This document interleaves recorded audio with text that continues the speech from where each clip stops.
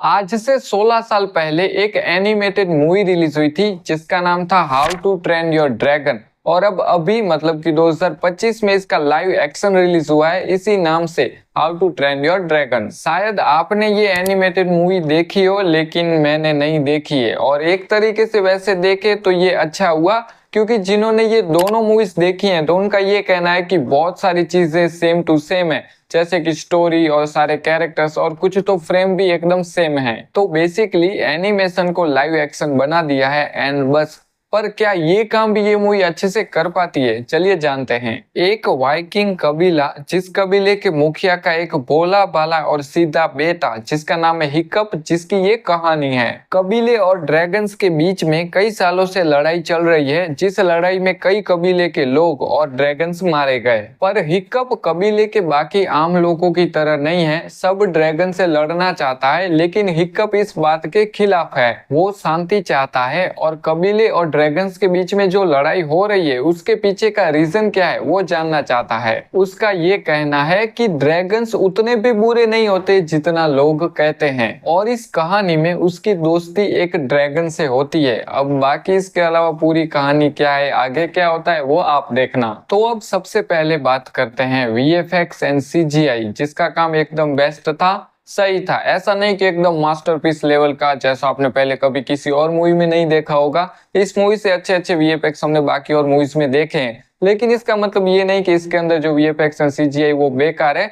वो अच्छा है, डिसेंट सा है, काम अच्छे से चल जाता है। अब बात करें ड्रैगन्स की, मतलब कि जो अलग अलग प्रकार के बहुत सारे देखने मिले, एक छोटे ड्रैगन से लेकर बड़े ड्रैगन तक इसमें सब कुछ देखने मिलता है। और हाँ, एक मोटा सा गेंडे टाइप का ड्रैगन भी देखने मिला जिसके छोटे पंख थे और पता नहीं वो उड़ कैसे रहा था। और इस मूवी का जो मेन ड्रैगन है टूथलेस, उसका मुंह तो मुझे काली बिल्ली जैसा लगा और बहुत ज्यादा ना ही वो भयानक था, डरावना था। एक सिंपल सादा क्यूट सा अच्छा सा ड्रैगन था और ऐसा लगा ही नहीं कहीं कि ये एक ड्रैगन है। जैसा होता है ना कि कभी कभार किसी चीज को देखकर पता चल जाता है कि बच्चों को ध्यान में रखकर इसको बनाया गया है, तो इसको देखकर मुझे ऐसा लगा। जो कि ऑब्वियस सी बात है कि ये एक एनिमेशन का अडेप्टेशन है, तो हाँ उसके अंदर वो जो मेन जो चीज है, जो मेन एनिमेटेड मूवी है, वो बच्चों को ध्यान में रखकर ही बनाई गई होगी। लेकिन इसका मतलब ये नहीं है कि इस मूवी को अडल्ट्स नहीं देख सकते हैं, वो भी इसको जरूर से एंजॉय करेंगे।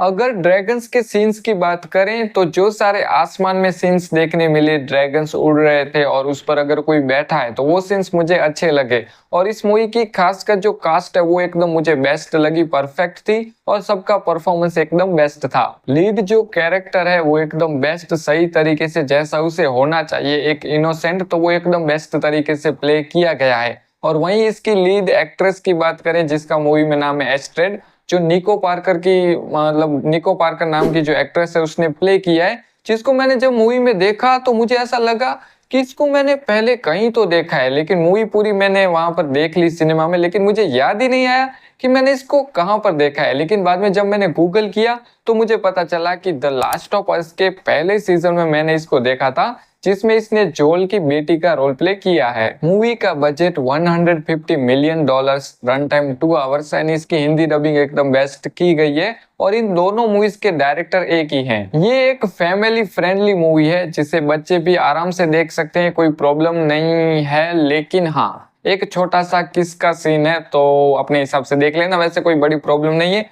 बाकी पूरी मूवी के अंदर एकदम सब कुछ सही चल रहा होता है और मूवी का जो इमोशनल एंगल है वो भी एकदम बेस्ट है, क्योंकि मूवी से हम अच्छे तरीके से कनेक्ट हो जाते हैं। बट इस मूवी को लेकर दो ऐसी चीजें जो हो सकती हैं। पहली कि अगर आपने इस मूवी को देखा है, मतलब एनिमेटेड मूवी को पहले से देखा हुआ है, तो इस मूवी को देखोगे तो आपको कुछ भी ऐसा खास नया देखने नहीं मिलेगा, तो आपका एकदम फ्रेश एक्सपीरियंस नहीं रहेगा। और दूसरी बात ये हो सकती है कि अगर आपने इस मूवी को देखा है और आपके बहुत करीब है ये मूवी, तो आपके लिए एकदम नॉस्टैल्जिया बन सकता है। थोड़ा सा स्टोरी में बदलाव किया जा सकता था, लेकिन फिर भी मूवी जैसी थी जो थी मुझे तो एकदम पसंद आई, क्योंकि मेरे लिए तो ये एकदम फ्रेश एक्सपीरियंस था। पर बदलाव करते तो ज्यादा अच्छा रहता, पर मेकर्स के दिमाग में यही था कि सिर्फ लाइव अडेप्टेशन बनाना है और कुछ भी चेंज नहीं करना है। और अब अगर ओवरऑल रेटिंग की बात करें तो मेरे लिए जैसा ये फ्रेश एक्सपीरियंस था और अकॉर्डिंग टू मतलब पूरी मूवी और इसकी जैसी थीम है, तो उस हिसाब से मैं इसको 8 आउट ऑफ 10 की रेटिंग देना पसंद करूंगा, क्योंकि एक मस्त फैमिली फ्रेंडली मूवी है,